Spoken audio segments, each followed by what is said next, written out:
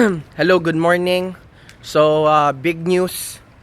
Medyo downside news is na-demonetize yung Facebook ko, ang Meta ko. And to think by no, in 1 month, I gained like almost 400k followers.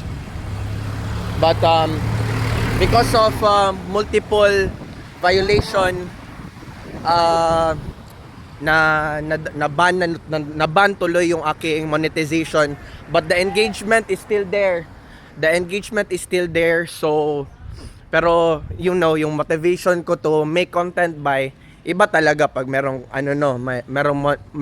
merong monetization ba. So in the future by, I'm not sure kung try ko muna i-appeal to kung makaya pa, pero unlikely by na mabalik ko yung monetization ko. Probably make another account.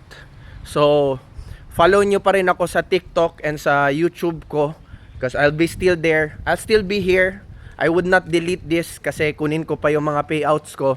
But yeah, so sad by na ganun talaga. But I'm almost like into accepting na ganun siguro talaga ba. It's a learning for me to understand kung ano yung bawal, ano yung pwede.